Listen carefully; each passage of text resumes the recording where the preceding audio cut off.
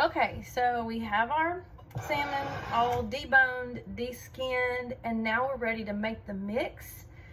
I've got a little bit of olive oil in a medium-sized cast iron skillet, and I'm not going to quite get that fired up right at this moment. We will here in just a little bit, but let me explain to you. I'm going to be using a little bit of flour. It really doesn't matter what kind, all-purpose or self-rising. But if you are gluten intolerant, you can also use gluten-free breadcrumbs. That's not a problem. I don't put a lot of flour, but there will be some in it. I also put some cornmeal. I like to have a little bit of a crispy crunch with mine, and I feel like that cornmeal kind of provides that.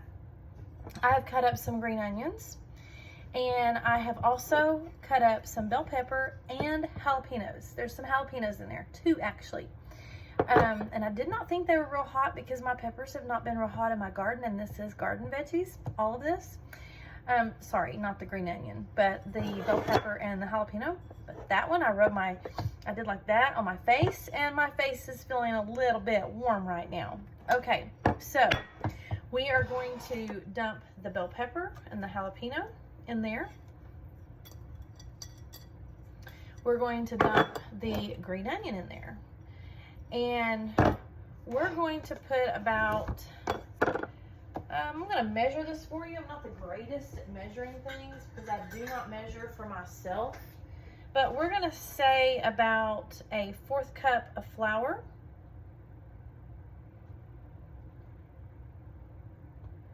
And of course you could use gluten-free flour as well. And if you use gluten-free flour, use the King Arthur's measure to measure, okay?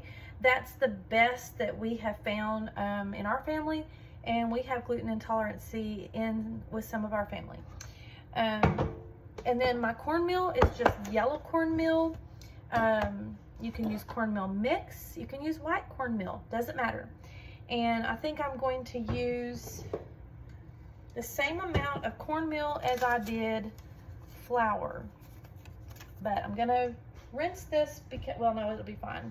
If you're celiac disease, you would not want to use the same measuring cup because there are traces of the flour on there, but we're not celiac, so I'm gonna use about the same amount of cornmeal, 1/4 cup, and I'm gonna sprinkle that in there. Now, you guys know my favorite seasonings. Okay, since we are using salmon, I'm gonna use my Seafood Spectacular. This is literally a product of TJ Maxx.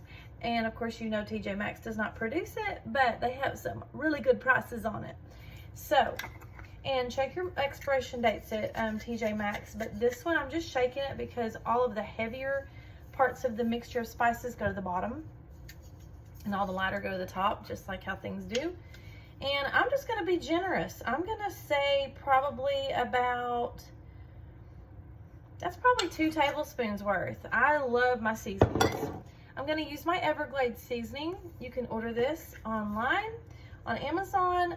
You can also get it at stores, specialty stores. I've seen them in, like, you know how antique shops will sometimes have like a section of like cool jellies or seasonings or things like that. Well, I saw a whole set of Everglades stuff, like your fish batter. There was all kinds of things, like a barbecue flavor.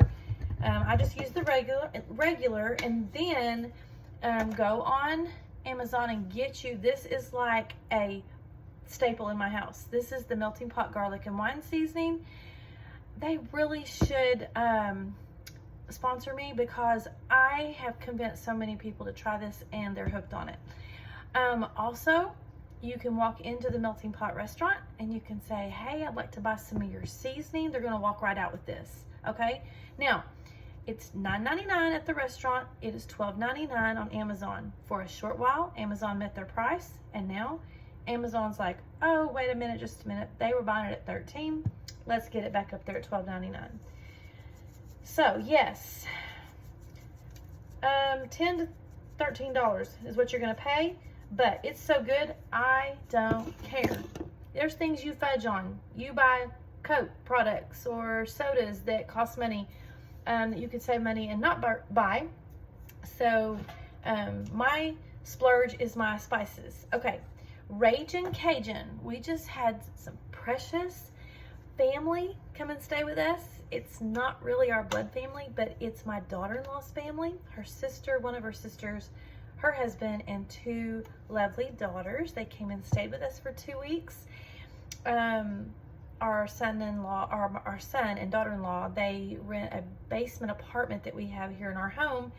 And our home has more, of course, the upstairs has more room. And so they stayed up here with us and we love them. But they always bring me the cutest, neatest, niftiest, most usable little like hostess gifts. And this Ragin' Cajun spice, y'all, it is good. I don't know if it's in the regular stores like Kroger, Food City, Walmart, but I bet you can order it. I haven't tried because it was gifted to me. I'm going to do about a tablespoon of that because I have already put the seafood spectacular. Okay, now to hold all this together, we're going to add an egg. I'm tossed between one egg or two, but I'm going to kind of get a feel for it and see what I think about it. If I feel like I need to, if it's not like holding together real good. It doesn't have to be like glued together, but you don't want it just falling apart while you're cooking it either, okay? So I'm gonna go ahead and I'm going to get my gloves on and I'm going to mix this all up.